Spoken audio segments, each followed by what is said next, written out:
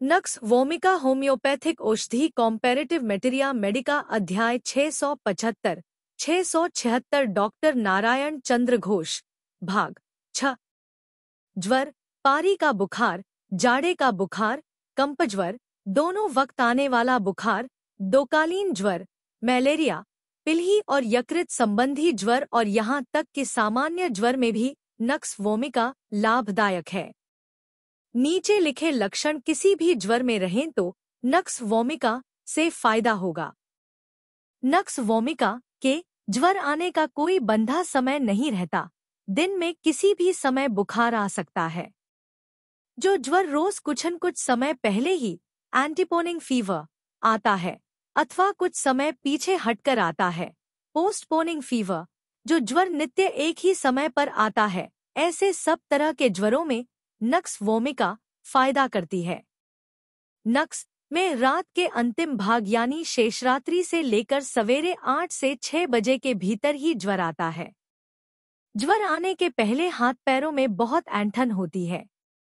शीतावस्था, इस अवस्था में बहुत ज्यादा शीत और कंपन रहता है, जो कि सेकने या गर्म कपड़े से भी नहीं घटता। शरीर नीला पड़ जाता है।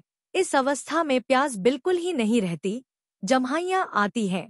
हाथ पैर में असह्य ऐंठन रहती है। रोगी तकलीफ से बेचैन हो जाता है।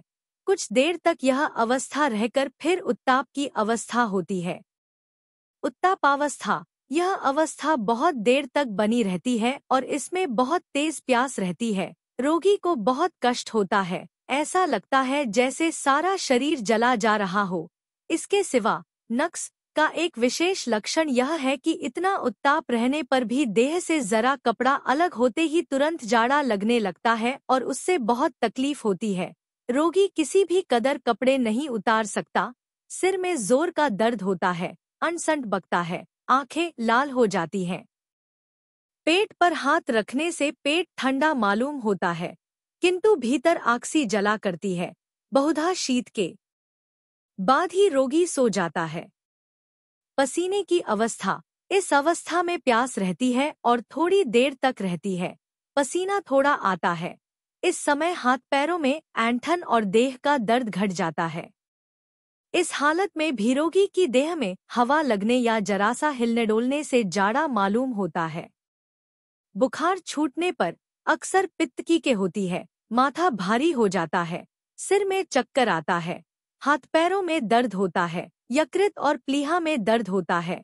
सूखी खांसी आती है, किंतु इस अवस्था में भी शीत दूर नहीं होता। सारांश यह कि नक्स वोमिका में हर वक्त रोगी को जाड़ा मालूम होता है और वह जरा सा हिलते डुलते ही या बदन का कपड़ा उतारते ही बढ़ जाता है। रोगी सभी अवस्थाओं में जाड़े से सिकुड़कर चुपचाप पड़ा रहता है और साथ ही भीतर एक तरह का जाड़ा और बाहर तेज उत्ताप रहता है, जिससे ऐसा मालूम होता है जैसे शरीर जला जा रहा हो।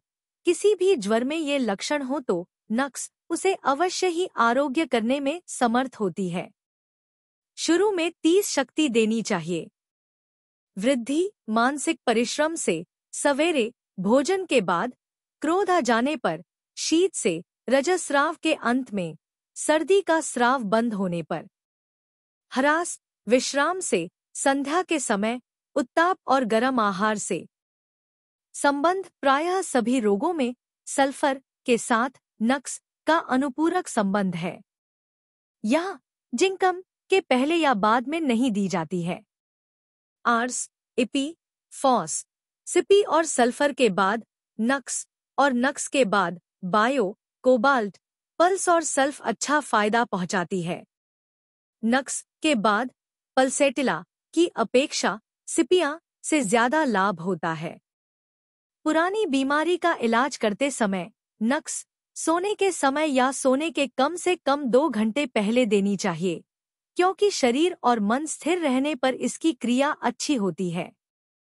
बाद की दवाएं ars, bell, bryo, carbo, colchi, lyco, phos, puls, rhus, sepi, sulph.